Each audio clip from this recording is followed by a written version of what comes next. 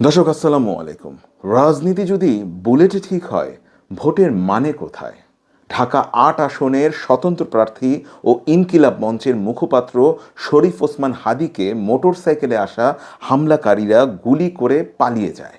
শুক্রবার দুপুরে বিজয়নগরের কালপাট এলাকায় নির্বাচনী প্রচারণার সময় এমন ঘটনা ঘটে। কানের নিচে গুলি লেগেছে হাদীর। গুলিবিদ্ধ অবস্থায় তাকে দ্রুত ঢাকা মেডিকেল কলেজ হাসপাতালে নেওয়া হয়। এখন আছেন নিবিড় পর্যবেক্ষণে। ঘটনার অনেক আগেই সতর্কবার্তা ছিল। এর আগেও হাদী বারবার হুমকি ধামকি পেয়েছিলেন। গত নভেম্বরেই তিনি জানিয়েছিলেন দেশি বিদেশি ৩০টি নম্বর থেকে তাকে হত্যা, বাড়িতে আগুন, এমনকি তার মা বোন স্ত্রীকে নির্যাতনের হুমকি দেয়া হয়েছে। মতিঝিলে প্রচারণা করতে গিয়ে তার উপর ময়লা পানি ছোড়া হয়েছিল ৩ বার। ফেসবুকে তিনি লিখেছেন, মৃত্যুর ফয়সালা জমিনে না আসমানে হয়। স্বাধীনতার পক্ষের সম্ভাবনা কোনো দিন থেমে যাবে না। তাহলে আজকের ঘটনা কি তার ভয়হীনতাই কারো সহ্য হচ্ছিল না? একজন তরুণ প্রার্থী হিসেবে হাদী প্রচারণা করছিলেন একদম ভিন্ন স্টাইলে। প্রতিদিন ফজরের নামাজ শেষে মসজিদের মুসল্লিদের সঙ্গে দেখা করছিলেন, মানুষের সঙ্গে খুব স্বাভাবিকভাবেই কথা বলছেন।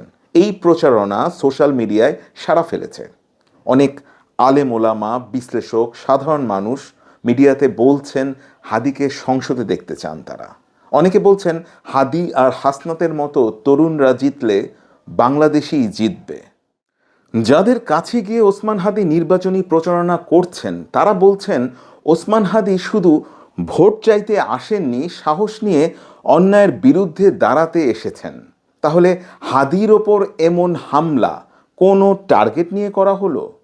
যে প্রার্থী মানুষের সাথে মসজিদে দাঁড়িয়ে কথা বলে, বাদ ফজর ভোট চায়, মানুষের পাশে দাঁড়ায়, তার উপর গুলি চলল। কিন্তু প্রশ্নটা গুলির থেকেও বড়, কাকে ভয় দেখানো হলো?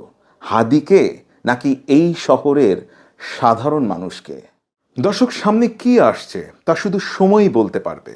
শান্তির জন্য প্রার্থনা থাকুক, সতর্কতার জন্য চোখ থাকুক খোলা। দেখা হবে পরের ভিডিওতে একটি নতুন সত্য, একটি নতুন প্রাসঙ্গিকতা নিয়ে। ততদিন সাবধান থাকুন, সচেতন থাকুন, আর চোখ রাখুন নয়া শতাব্দীর ইউটিউব, ফেসবুক, দৈনিক পত্রিকা ও অনলাইন পোর্টালে।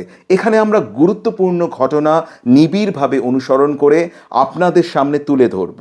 আল্লাহ হাফেজ।